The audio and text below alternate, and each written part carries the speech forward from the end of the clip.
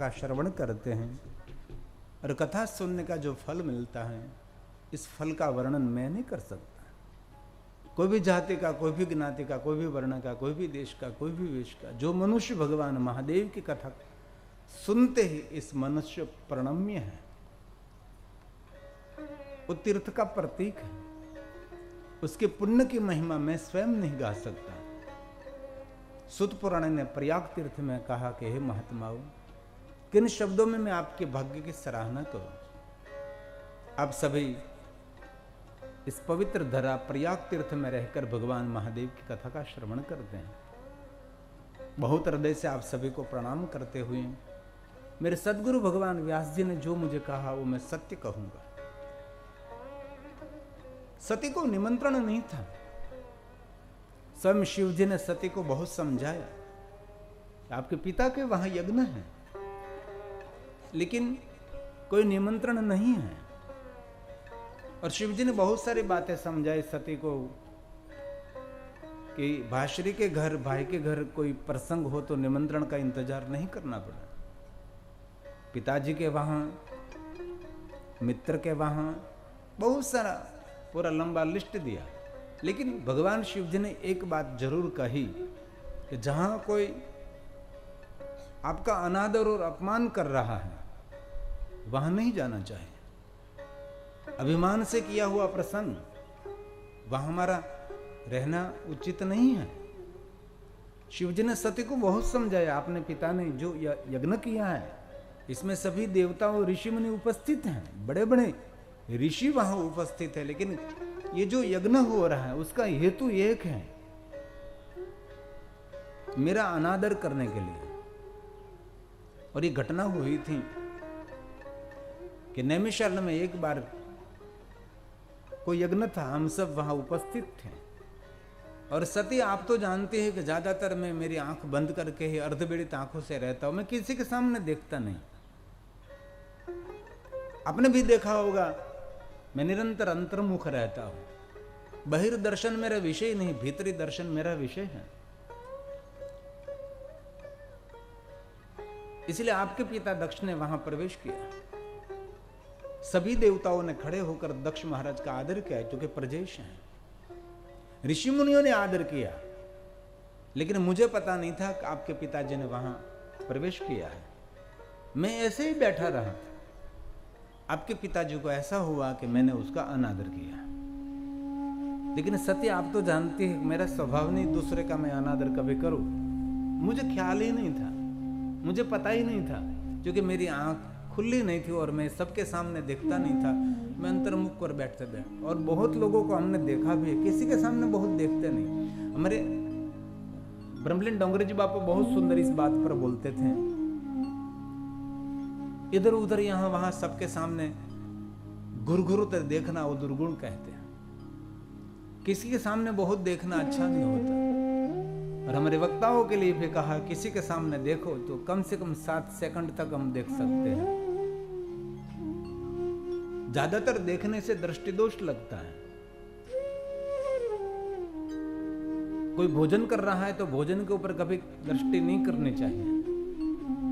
कुछ खाता है, कुछ पी रहा है तो उसके सामने कभी देखना नहीं चाहिए। ऐसे दृष्टि दोष।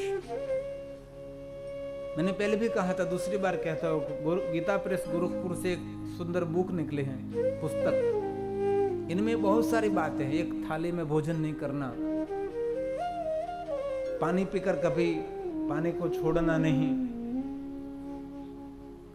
पानी आपने ग्लास में लिया और आधा पिया और आधा आपने फेंक दिया, अपने आपका जो भाग्य है वो भाग्य को फेंक रहे हैं। ऐसी बहुत सारी बातें संस्कृत श्लोकों के साथ इसमें बताई। और किस पुराण में कहा वो भी उसमें कहा है। बहुत सारी बातें, छोटी छोटी बातें। हम लोग तो थोड़ा सा पानी पीते हैं, बाकी पानी फेंक देते हैं। पानी पीने से पहले कम से कम 10 सेकंड, 15 सेकंड ये पानी आपके हाथ में रखना चाहिए। आधी मिनट तक हाथ में रखना चाहिए, क्योंकि पानी हमारा जीवन है। और हमारी सनातनी परंपरा में जो कुछ हम करते हैं पानी से करते हैं। ऋषि मुनि शराब देते थे तो हाथ में पानी लेकर शराब देते थे। हमको संकल्प करते तो अभी जल से संकल्प करते हैं। क्योंकि जल ये जीवंत है। हम जो कुछ बोलते तो जल के तरंग के अंदर वो सब रिकॉर्ड हो जाता है। पूरा एक जल का विज्ञान है इसमें। बहुत सारी बातें मेरे ऋषि मुनियों ने मेरे शास्त्रों में कही हैं। अन्न तो कभी हम जूठा नहीं छोड़ते, लेकिन पानी भी कभी जूठा छोड़ना नहीं। जितना पीना है इतना ही पानी लीजिए आप। और हम किसी के घर जाते हैं तो पूरे कांच के गिलास में पानी पीना शत्रुता को हम निमंत्रण दे रहे हैं। ऐसी बहुत सारी बात है। किस धातु में आप पानी पीते हैं उसकी भी एक महिमा होती है,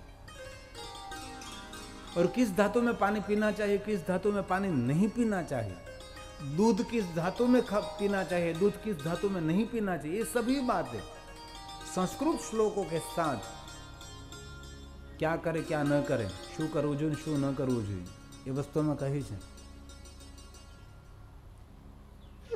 सोनाना वासणों भोजन करवाथी, चांदीना वासणों में, कांसाना वासणों में, पित्तळना वासण, ये बधी ज बातो छे। एक बात कहूं, श्रेष्ठ में श्रेष्ठ भोजन माटे कोई जो पात्र होय ने तो पतरावळे। पतरावळे मतलब अब तो दिखाई नहीं दे रहे हैं, जो पान में से बनी हुई है, पतरावळे जिनको कहते। इसमें भोजन का स्वाद भी बदल जाएगा। तमे जानो छो, हजी पण तमे दक्षिण भारत में जाओ तो केळना पान में जमवा आपे। कोई पण मेहमान आव्यो जो तेने केळનું पान कानना ઉપર જમવાના આપે તેનું અપમાન કહેવાય। સોનાની થાળી તેના માટે મહત્વ નથી, કેળનું પાન તેના માટે મહત્વનું છે। કેળના પાન હોય કટિંગ કરીને રાખે અને તેની અંદર ભોજન કરે। ये आदि परंपरा है, ये हमारी मूल परंपरा। तो मेरे ब्रह्मलीन डोंगर जी बापा कहते थे, बार बार किसी के सामने देखना और कोई भोजन कर रहा उसके ऊपर जाकर खड़े रहना, वो बहुत बड़ा दुर्गुण है। ऐसी बहुत सारी बातें ब्रह्मलीन डोंगर जी बापा बता रहे थे। आइए 2 मिनट के लिए हम याद करें सती को। लेकिन सती ने कहा, मेरे पिता के वहां इतना बड़ा यज्ञ हो रहा है, मुझे जाना चाहिए। और शंकर भगवान ने बहुत सारे अगणित संख्या में सती की रक्षा के लिए साथ में गणों को भेजा। ब्रजेश नगर में पहुंचे सती, शिव तो स्वयं जानते हैं, क्योंकि वो उनके पास तो तीनों काल हैं। भूतकाल में क्या हुआ उसको भी पता है, वर्तमान में क्या हो रहा है और भविष्य में क्या होने वाला है, सब कुछ उसको पता है। क्योंकि शिव जी सर्व कालों से पार है। महादेव की दुनिया में कोई काल नहीं, प्रातःकाल भी नहीं, मध्याह्न नहीं, वहां संध्या भी नहीं। प्रातःकाल कहां होता है? जहां सूर्य का उदय होता है। मध्याह्न काल कहां होता है? जहां मध्य में सूर्य आता है। लेकिन शिव जी की दुनिया में तो कोई सूर्य नारायण ही नहीं, स्वयं प्रकाशित है। वहां कोई सूर्य का प्रकाश, सूर्य उदय होना, रात पड़ना, दिन, ऐसा कुछ भी वहां नहीं है। वहां कभी रात है ही नहीं। और दूसरी बात, शिव की दुनिया में निंद्रा नहीं है। वहां कभी कोई सोता नहीं, निरंतर जागता रहता है, निरंतर सब जागते रहते हैं। वहां निंद्रा कभी आती ही नहीं, निंद्रा करने की आवश्यकता भी नहीं वहां। निंद्रा मृत्युलोक में है, सब कुछ यहां हमारे पास है। कभी अवसर मिले शिवलोक की दुनिया कैसी होती है, वहां जहां निरंतर प्रकाश है। प्रकाश भी कितना? सूर्य कोटि, करोड़ों सूर्य समान प्रकाश। अब प्रश्न उठेगा पढ़े लिखे युवान भाई बहनों को, एक सूर्य के प्रकाश में हम रह नहीं सकते, तो 1 करोड़ सूर्यों का प्रकाश, इसमें हम कैसे रहेंगे? लेकिन ये प्रकाश दाहक नहीं है, ये प्रकाश शीत प्रकाश है, ये ठंडा प्रकाश है। वहां ताप नहीं लग रहा, वहां गर्मी नहीं लग रही। क्यों? ये जो प्रकाश है, ये जो उजास है, करोड़ों सूर्य समान है। इतना प्रकाश है। हमारी आंख तो वहां कभी खुलेगी नहीं। हम तो एक सूर्य के प्रकाश में आंख नहीं खोल सकते। और एक पंखो मूकी जो बाने गर्मी थाय बो, मने याद आम गर्मी थाय बो, लाइट ने गर्मी हो खमो खमो मूकी दीधा। आ थोड़ी व्यवस्था करने धर्मेश कन जो भाई सागर કારણ કે અહીંયા આ તો થોડી ઓછી લાઇટ છે, બાકી 15,000 વોલ્ટ અમારી સામે હોય, આટલો લાઇટિંગ સામે હોય. અને એમાં પાછો ઉનાળો હોય, તમે જો તો ખરા, રીંગણાનું ભડતું થઈ જાય માણસ, આટલી ગરમી હોય. મને જરૂર નથી, બાને આવે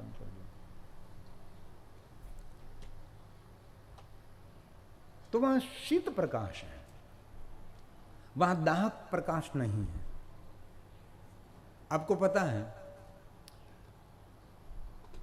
आकाश की अमुक ऊंचाई पर आप पहुंचे, वह -40 के आसपास रहता है, वहां सूर्य की कोई गर्मी नहीं लगती, इतना ठंडा होता है वहां जहां इंटरनेशनल विमान चलता है. ऊपर ओजोन वायु भी है, और आजकल ओजोन वायु के लिए बहुत चिंता व्यक्त कर रहे वैज्ञानिक के, धीरे धीरे टूट रहा है. और सीधा सूर्य का प्रकाश जो धरती पर गिरेगा तो सब धरती पर जलने लगेगा. ये तो बीच में ठंडा, इसमें जो पढ़े लिखे युवान भाई बहन हो गए उसको पता होगा कि ओजोन वायु क्या होती है. ऐसे बहुत सारे स्थानों पर वो डैमेज होने लगा है. हम सब तो सिर्फ घर की ही चिंता करते हैं, कल की चिंता करते हैं, परिवार की चिंता करते हैं, लेकिन दुनिया में बहुत बड़े वैज्ञानिक हैं जो निरंतर इस पृथ्वी की चिंता में पड़े हैं. पृथ्वी की कैसे रक्षा की जाए, कैसे उसका जतन किया जाए. अभी एक सुंदर लेख आया था कि धीरे धीरे समंदर की स्तर, समंदर की जल सपाटी ऊपर आ रही है, ध्रुव प्रदेश पिघल रहा है. तो इसमें डेटोना बीच, आपने अमेरिका में देखा होगा, हम तो वहां गए कथा गाने के लिए. डेटोना बीच क्या है, तो दोनों तरफ समंदर है, बीच में एक पूरा एक पट्टा है. इनमें बहुत सारे मोटेल है मेरे गुजराती भाइयों के. वहां में कथा गाने के लिए गया, दोनों तरफ पानी थे हम डेटोना बीच. और इतने धनाढ़ हमारे गुजराती लोग हैं कि उसके पास समंदर में घूमने के लिए सुंदर बोट भी है, रोड पर चलने के लिए बड़ी महंगी गाड़ी भी है, और आकाश में चलने के लिए उसके पास विमान भी है. ऐसे हमारे गुजराती लोग हैं, अमेरिका के अंदर है. हम गौरव करते हैं, ऐसे घर हम रहे हैं. इतने काबिल हैं, इतने बड़े बड़े डॉक्टर हैं. होटल और हॉस्पिटल में जहां देखो वहां आपको देशी मिलेगा. ये लोग આપણા દેશી કે દેશી છે, ગુજરાતી નહીં, દેશી છે ને, દેશી છે.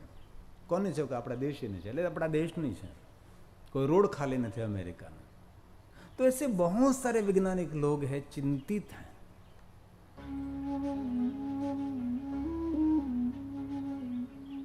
तो ऐसी बहुत सारी बातें मेरे शास्त्रों में जो कही है, छोटी है लेकिन जीवन में बहुत बड़ा काम भी करती है. कैसे सोना चाहिए, कैसे उठना चाहिए, कैसे भोजन करना चाहिए, किस समय क्या खाना चाहिए, किस उम्र में क्या खाना चाहिए, ये भी बहुत बड़ी बात है.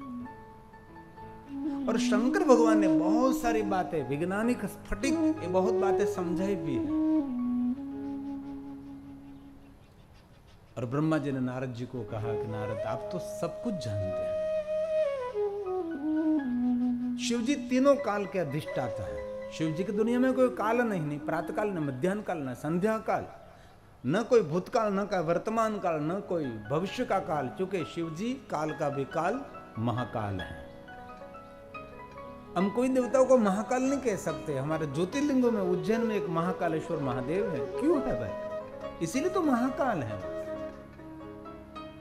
काल की गणना सभी स्थानों पर रहेगी, लेकिन शिवलोक में कभी काल की गणना नहीं है. वहां कोई गिनती नहीं है कि एक मास पूरा हुआ, दूसरे साल पूरा हुआ, एक घंटा पूरा, ऐसा कुछ भी नहीं शिव जी की दुनिया में. इसीलिए वो महाकाल, इसीलिए उसको कहा जाता है. काल मतलब मृत्यु नहीं, काल मतलब समय की गणना, उसको काल कहा जाता है. हम काल मतलब मृत्यु मानते हैं, नहीं, ऐसा कुछ है ही नहीं. काल का अर्थ है समय, जो धीरे धीरे धीरे बह रहा है.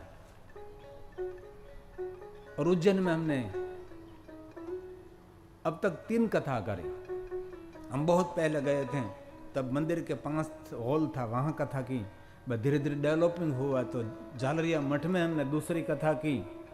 और ये दूसरी कथा के जजमान जगदीश भाई खाटोवाला थे। और तीसरी कथा की हमने, तो हमारा मंत्र एक छोटा सा है, उसके जजमान पद, उसके जन्मदिन निमित्त हमने कथा का वहाँ गायन किया था। मधुबेन चौवटिया, भावनाबेन चौवटिया, पार्थिक चौवटिया, दिशाबेन चौवटिया, ये मंत्र मेरे जैसा कपड़ा पहनता है, जैसे मैं हूँ वैसा पहनता है। और बाल्यावस्था से महादेव का परम भक्त है। अभी भी स्कूल जाता है तो भी शिव जी को जलाभिषेक करके जा रहा है। तो उस मंत्र के जन्मदिन निमित्त हमने शिव महापुराण कथा तीसरी बार की थी। अब 27 अप्रैल को हम चौथी बार जा रहे हैं महाकालेश्वर महादेव में, अप्रैल में इसमें। और मैंने पहले भी कहा, जिनको कभी भी कोई ज्योतिर्लिंग की कथा में आना है आप आ सकते हैं, लेकिन पहले फोन करके थोड़ी सी जानकारी ले लीजिए। इन नंबर पर फोन करो आप, तुरंत आप व्हाट्सएप पर अब इसमें ज्वाइंट हो जाओगे। आपको कुछ भी करने की आवश्यकता नहीं है, सब कुछ आपके पास आ जाएगा। लेकिन आप कुछ नहीं भेज सकते, हम आपको भेज सकते हैं। छोटी सी शिव जी की बात, कहाँ कथा है, कथा की क्या व्यवस्था है, लोकेशन, बहुत कुछ इसमें आपको मिल जाएगा। इसलिए बार बार फोन करने की आवश्यकता नहीं रहती, आप कहीं भी कथा हो वहाँ पहुँच सकते हैं। लेकिन आप 9 दिन 7 दिन इस तीर्थ में रहना चाहते हैं तो पहले से आप संपर्क करें इस फोन नंबर पर। बहुत सारे नंबर है, कोई भी नंबर पर संपर्क करके आप जानकारी ले सकते हैं। ये जो महाकालेश्वर महादेव सानिध्य में 27 अप्रैल को कथा प्रारंभ हो रही है, वो दिल्ली के जब सभी जजमानुषरी है और उसके माता पिता की 50वीं एनिवर्सरी है। माता पिता की लग्न दिन, लग्न तिथि, लग्न का दिन है। तो और 50वीं एनिवर्सरी निमित्त इस कलयुग में सतयुग को ध्यान में रखकर ये बेटा अपने माता पिता की प्रसन्नता के लिए महाकालेश्वर महादेव के सानिध्य में शिव महापुराण कथा का आयोजन, कहाँ दिल्ली और कहाँ उज्जैन। ऐसे बहुत लोग दुनिया में है जो सत्कर्मी हैं, जो कुछ न कुछ सत्कार्य करते रहते हैं। लेकिन जरूर कहीं भोजन करने जाओ तो आपको कोई लाडू खिलाएगा, आपका पेट भर जाएगा। लेकिन हम आपको लाडू पेड़ा ऐसा तो कुछ नहीं खिलाते। जरूर पटेल श्रीखंड वाला ने खवડાવ્યો श्रीखंड खबर નથી મને, પણ અમે જે તમને આપીએ છીએ એ પેટ ભરાય કે ન ભરાય, પણ કથા સાંભળતા સાંભળતા એકવાર જો હૃદય ભરાઈ જાય ને તો સમજી લેવું સફલમ જીવિતા। ऐसे बहुत सारे सत्कर्मी भाई बहन रहते हैं। इसीलिए शिव जी को काल से परे मानते हैं, इसीलिए महादेव को महाकाल कहते हैं। और महादेव जानते थे कि सती अब काल की गणना नहीं करेगी। मना किया, नहीं मानी। सती गई प्रजेश नगर में, सबने अनादर किया, सबने अपमान किया। लेकिन एक पात्र था माँ, उसने अनादर नहीं किया, क्योंकि माँ तो माँ होती है ना। बहुत हृदय से सत्कार किया कि बेटा सभी मेहमान आ चुके थे लेकिन आप नहीं आए थे, वहां तक ये प्रसंग अधूरा लगता था। माँ और बेटी बहुत आदर के साथ मिले और माँ वीरणी ने कहा कि पुत्री सती पहले यज्ञ नारायण का दर्शन कर और जल्दी वापस, और हम दोनों बैठकर सुख और दुख की कुछ बातें करेंगे। लेकिन मां नहीं जानती कि सती की अंतिम मुलाकात है। माता वीरनी तो नहीं जानती थी, लेकिन दुनिया में कोई नहीं जानता पहली मुलाकात और अंतिम मुलाकात किसकी है। ये जीवन है वह। इसलिए हम तो निरंतर कथा में कहते हैं कि जो आपको जीवन मार्ग में मिले उसके साथ मधुर व्यवहार करें, क्योंकि पता नहीं कि वो पहली बार मिल रहा है कि आखिरी बार मिल रहा है। मन की मन में रह जाएगी। ये जीवन का सबसे बड़ा रहस्य है, जीवन का सबसे बड़ा राज भी समझो। और बहुत हृदय से मैं कहता हूं आपको, पिताजी, माँ, पुत्र, पुत्री, पुत्रवधू, बेटा, पति, पत्नी, कोई भी घर से बाहर निकल रहे हैं, बहुत आदर और प्रेम से उसको विदा करें। क्योंकि आजकल का युग आप जानते हैं, घर से बाहर पैर रखा पता नहीं होता क्या होगा जीवन में। और हमारे शास्त्रों में कहा है इस पूरे ब्रह्मंडल में पृथ्वी की कोई सलामती नहीं, पृथ्वी असलामत है। आकाश में टमटमाटे हुए सभी सितारे कभी भी पृथ्वी को डैमेज कर सकते हैं। इसलिए सकारात्मक पॉजिटिव थिंकिंग, सुंदर विचारों के साथ, प्रसन्नता के साथ जो जीवन में हो रहा है ये परमात्मा की लीला है। कभी किसी के साथ कुछ झगड़ा नहीं, कभी किसी के साथ कुछ बदला लेने का भाव नहीं, क्योंकि जीवन बहुत छोटा है। 60 साल 80 साल एक जीवन है, कब समय हाथ में से निकल जाएगा पता नहीं रहेगा। इस दुनिया में कोई नहीं जानता ये पहली बार मिल रहा है, एक अंतिम बार मिल रहा है। इसलिए सबके साथ अच्छा व्यवहार करें, परिवार वाला हो, पड़ोसी हो के कोई भी हो। हमारे शास्त्रों में तो वहां तक कह दिया शत्रुओं के साथ भी मधुर व्यवहार करें। जिनके साथ शत्रुता है उनके साथ भी, क्योंकि शत्रु को जीतने के लिए शस्त्र नहीं, आपका मधुर व्यवहार है। शत्रु को जीता जाता है, शत्रु को भी परिवर्तन कर सकते हैं आप। कपट बुद्धि, दुर्बुद्धि को भी आप बदल सकते हैं। आप में ऊर्जा होनी चाहिए, आप में व्यवहार होना चाहिए। बहुत कुछ हम जीवन में कर सकते हैं, नहीं हो सकता ऐसा नहीं। माता वीरणी को पता नहीं है कि ये सती तो बस अब अंतिम बार मिल रही। सती गई जहां यज्ञ हो रहा था, देखा तो सभी देव वहां बैठे थे, सभी ऋषि मुनियों की उपस्थिति थी। सती वहां पहुंची तो देखा शिव जी का तो कोई स्थान ही नहीं था वहां। और सती अपने पिता के पास गई और कहा, पिताजी मैं आपको तो बहुत ज्यादा कुछ नहीं कह सकती, लेकिन आपको तो पता है ना तो कोई भी हम कर्म करते हैं उसके साक्षी भगवान शिव रहते हैं। इस कर्म का फल तो शिव देता है। और सभी देवताओं को भी पता है कि आप कोई देवों की पूजा करो तो देवों की जो पूजा की उसका फल ये देव नहीं दे सकता, शिव देता है। कोई भी यज्ञ, पूजा अर्चन, तीर्थ यात्रा, कुछ भी सत्कर्म करो उसका फल देने वाला शिव है। और यहाँ कोई शिव का स्थान नहीं। मेरा पति है इसीलिए मैं कह रही हूं, ऐसा नहीं पिताजी, लेकिन आपके हित के लिए मैं कह रही हूं। और आप सभी को पता है कि सच्ची बात आपकी बेटी बाप को कह सकती है, अधिकार पूर्वक कह सकती है कि पिताजी ये झूठ है, ये गलत है, ये सही है। और युवान बेटी अपने बाप के साथ ऐसा व्यवहार करती है जैसे एक माँ अपने बेटे के साथ व्यवहार करता है। माँ जैसे अधिकार पूर्वक अपने बेटे को कहते हैं कि बेटा ये नहीं, ये करना है। बेटी अपने पिता को कह सकती है। बेटा के लिए जरूर कुछ मर्यादा रहेगी, लेकिन हमने बहुत स्थानों पर देखा है पुत्री ऐसी चतुर और इतनी दिव्य बुद्धि होती है कि पिताजी को कह दीजिए कि पिताजी ऐसा नहीं, ऐसा करो आप। हमने तो बहुत बार कहा जिस पुरुष को बेटी नहीं मिली वो पुरुष अधूरा बाप है। धन्य तो वो पिता है कि जिनको भगवान ने बेटी दी है, पुत्री दी है, उसको पूर्ण कहा गया है। नहीं मिली वो अलग बात है, लेकिन ये धरती पर ये बेटी का प्रेम एक विशेष है। लेकिन आज सती ने बहुत कुछ कहा, लेकिन दक्ष महाराज ने पुत्री का अनादर किया है।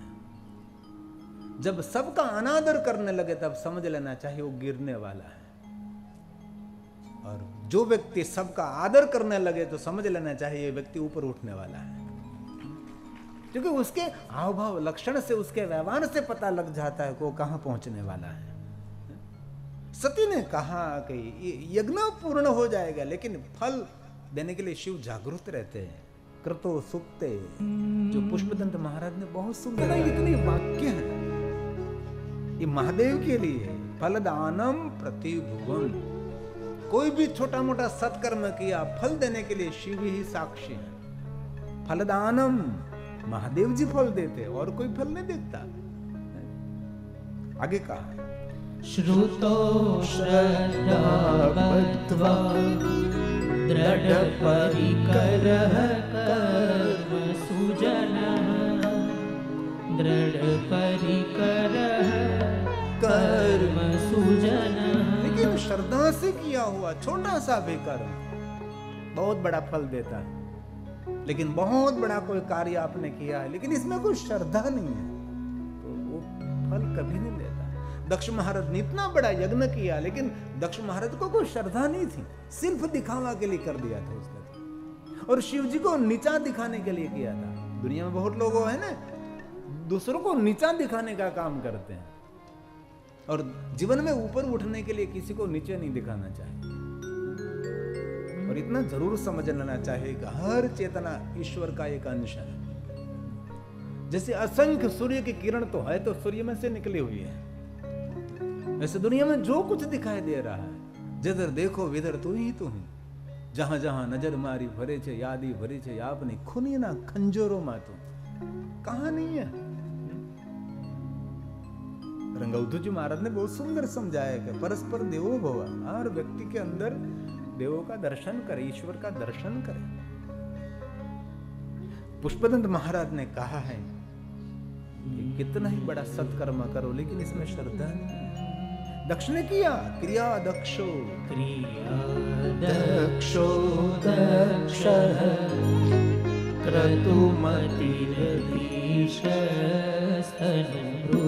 कितने बड़े बड़े ऋषि थे, बड़े बड़े देवता थे वहां उपस्थित, लेकिन दक्ष का कोई मंगल नहीं कर सका। क्यों? कि दक्ष में श्रद्धा नहीं थी। दक्ष महाराज ने जो कुछ इतना बड़ा यज्ञ किया, तो ये तो दिखावा के लिए किया। उसने इसीलिए किया था कि शिव जी को नीचा दिखाने के लिए। कितने महान महान ऋषि थे कि सभी देवता थे। ऋषिणाम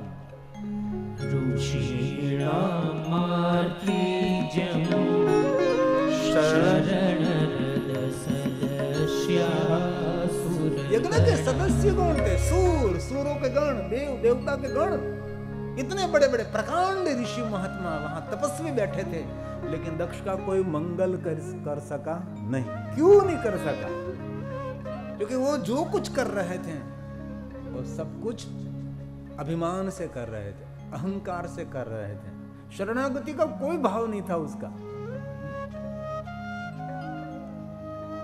आपने देवों के देव महादेव सीरियल देखे होंगे, इसमें छोटी छोटी बातों को बहुत बहुत अच्छी तरह से दिखाया गया। मैंने तो संपूर्ण पूर्ण नहीं देखी, लेकिन कभी कभी अवसर मिलते हैं तो थोड़ा सा पार्ट देख लेते हैं। इसमें दक्षिण भारत में पद्मनाभ के बहुत सारे मंदिर हैं, विशेष करके चिदंबरम में भगवान के नटराज की पूजा होती है, नृत्य की पूजा होती है, और उसके सामने पद्मनाभ है, नटवर भी है, नटराज भी है, दोनों मंदिर साथ में है, जो दक्षिण भारत चिदंबरम में है। और वहां नृत्य की परंपरा है। कोई भी वहां बहन भाई कोई नृत्य सीखता है तो पहला नृत्य वहां नटराज के सामने होता है, बाद में सभी दूसरे जगह पर वो नृत्य करने के लिए जाते, क्योंकि शिव जी के वहां नटराज की पूजा हो रही है। उसकी एक विशेष महिमा है।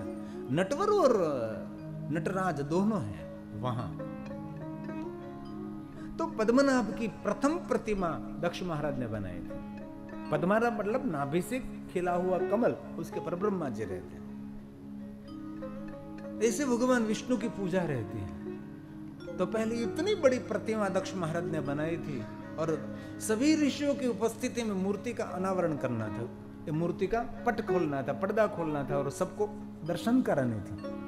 तो उसके सामने बहुत सारे ऋषि मुनि उत्साह और आनंद से खड़े थे कि आज पहली बार दर्शन करने को मिलेगा, पद्मनाभ मूर्ति का, प्रतिमा का पहली बार दर्शन करेंगे। दक्ष महाराज ने बहुत बड़ा प्रवचन किया। दक्ष चतुर थे बोलने में, व्यवहार में। दक्ष बुद्धि मतलब इसकी बुद्धि तक कोई पहुंच भी नहीं सकता। ये दक्ष महाराज को, दक्ष को छोटा मोटा व्यक्ति नहीं था। तो सभी इंतजार कर रहे थे कि ये मूर्ति का दर्शन मिलने वाला है। लेकिन जब पट खोले गए पद्मनाभ प्रतिमा का, तब सभी ऋषियों ने नीचे नजर कर ली, किसी ने मुंडी ऊंची नहीं की, कभी किसी ने दृष्टि नहीं की। दक्ष महाराज ने कहा कि ऐसे क्यों व्यवहार कर रहे हैं आप सभी? इतनी बड़ी प्रतिमा, पूरे ब्रह्मांड में ऐसी कोई प्रतिमा नहीं। पद्मनाभ भगवान श्री हरि भगवान विष्णु की, और आज इतनी बड़ी प्रतिमा हमने खुली रखी और आप सब नीचे दृष्टि करके खड़े रहते हैं। महात्माओं, ऊपर देखिए और दर्शन करें। लेकिन सभी ऋषि मुनियों ने कह दिया कि हम क्षमा चाहते, हम इस प्रतिमा का दर्शन नहीं कर सकते। क्यों नहीं कर सकते? क्योंकि नियम ऐसा है कि जहां पद्मनाभ विष्णु की प्रतिमा रहती है, वहां भगवान महादेव का शिवलिंग रहता है। इस प्रतिमा में आपने शिवलिंग नहीं रखा है। और दक्षिण भारत में जहां शिवालय होगा वहां शालिग्राम होगा। शालिग्राम के बिना कोई शिवालय नहीं है, क्योंकि शिव जी का अर्पण किया गया नैवेद्य, ये नैवेद्य जो शिव जी को स्पर्श हो गया तो नैवेद्य कोई खा नहीं सकता, कोई भोजन कर नहीं सकता। इसलिए शिव महापुराण में एक नियम है, शालिग्राम शिला संगात सर्वयाते पवित्रताम। ये नैवेद्य को जो शालिग्राम भगवान को स्पर्श कराया जाए तो नैवेद्य कोई भी खा सकता है, कोई भी ले सकता है। इसीलिए शिवालय में शालिग्राम, शालिग्राम कौन है? भगवान श्री हरि का प्रतीक है, भगवान विष्णु जी का प्रतीक। तो पता है ना शालिग्राम के बारे में, तो भगवान विष्णु का स्वरूप है, इसीलिए वो शिवालय में रहते हैं। और स्वयं शरीर भगवान विष्णु जी शिवलिंग को साथ में रखते हैं, इसीलिए पद्मनाभ प्रतिमा के साथ शिवलिंग साथ में नहीं था। दक्ष का एक ही काम था, शंकर जी को नीचा दिखाना, बस। तो इतना तो सोचो, दुनिया में इतने बड़े ऊंचाई पर रहने वाले शिव, उसको नीचा दिखाने का प्रयास जो करते हैं, तो हमारी क्या हस्ती होगी? हम तो कदम कदम पर प्रहार झेलते रहते हैं। नीचा दिखाने का हर कोई व्यक्ति प्रयास करेगा। ये दुनिया की मनोदशा है, ये दुनिया का एक नियम भी है। शिव के बिना सब कुछ अधूरा है। यहां का सूरगण, सूर, उसके गण, बड़े बड़े प्रकांड तपस्वी महात्मा विद्वान सब वहां ऊपर। शिव जी को हम व्यसनी कहते हैं ना, तो महादेव का व्यसन क्या है? ये शिव का व्यसन है। कोई भी सत्कर्म करता है, सत्कर्म करने वाला भूल जाएगा उसका सत्कर्म, लेकिन उसका फल देना महादेव का व्यसन है। गांजा धतूरा भांग नहीं। व्यसन क्या है? कोई छोटा सा सत्कर्म करे और भूल गया। आपने किसी को जाते जाते मदद कर दी, आप तो भूल गए, लेकिन शिव कभी भूलता नहीं। भगवान महादेव एक छोटा सा सत्कर्म है, उसके फल देने के लिए भगवान शिव व्यसनी है। महादेव का व्यसन क्या? भुवन भय भंग व्यसनी। इस भुवन में कोई भी भक्त पर कोई भय खड़ा हो जाए, इस भय को दूर करना, वो महादेव का व्यसन है। इसलिए बहुत हृदय से, दिल से मैं कहता हूं, आप जो महादेव के भक्त हैं, तो आप में कोई प्रकार का व्यसन नहीं होना चाहिए। नहीं तंबाकू, नहीं गुड़ का, न बीड़ी, न सिगरेट, कुछ भी नहीं। हो सके तो धीरे धीरे चाय भी छोड़ दीजिए, वो भी पीने की जरूर। कभी कभी कभार पी ले, ठीक है। कभी रोटी के साथ, भाकरी के साथ कुछ भी खाना नहीं है तो थोड़ी सी धक्का मारने के लिए थोड़ी सी चाय ले लो, ये बात अलग है। लेकिन कदम कदम पर चाय पीना जठराग्नि का सबसे बड़ा शत्रु है। मुझे घनश्याम बार बार कहते हैं, बापू कथा में आते तो इतनी स्फूर्ति से कथा करते, आप क्या पी कर आते हैं? मैं कभी चाय कॉफी ऐसा कुछ भी पी कर मैं नहीं आता। बहुत पहले एक बार शुरू किया था, लेकिन फिर से हमने बंद कर दिया। क्यों? जरूर नहीं है। पियो तो हरि के नाम पियो। मधुस्फीता वाच परम अमृतम, ये अमृत है। यदि शिव जी का कोई व्यसन गांजा धतूरा भांग नहीं है, कभी नहीं। इसलिए आप सब तो कोई ऐसे व्यसनी नहीं है। हमारा गांव तो, सरी गांव में तो कोई नहीं है, मैंने अभी तक तो मैंने देखा नहीं है। लेकिन कोई कोई गांव में जाते हैं तो 4 बजे के बाद पानी नहीं, 6 बजे के बाद नहीं, 4 बजे के बाद पानी नहीं, 4 बजे के बाद चाय नहीं और 6 बजे के बाद पानी नहीं। पानी नहीं, बोलो, श्रीफल का पानी नहीं पीते लोग, और कुछ पीते। और दूसरी बात, मेरे युवान भाई बहनों को मेरे दिल से प्रार्थना है, ठंडे पीने का सेवन मत करिए। बहुत लोग होते भोजन के साथ कोक रखते, कोको कोला, कोक, એટલે कंपनी का नाम नहीं ले रहा हूं मैं, निंदा नहीं कर रहा, मैं क्षमा चाहता हूं, लेकिन कुछ भी ठंडा पीना कभी नहीं पीना चाहिए। तो कंपनी का विरोधी मैं नहीं हूं, लेकिन नहीं। अब पढ़े लिखे युवान भाई बहन है, जठराग्नि सलामत, पेट सलामत, तो आखी फैक्टरी તમારે સલામત રહેશે। પેટ બગડ્યું તો સમજવાનું બધું બગડ્યું, એટલે थोड़ी सावधानी રાખજો। तो शिव जी का व्यसन गांजा धतूरा भांग नहीं है। शिव जी का व्यसन क्या है?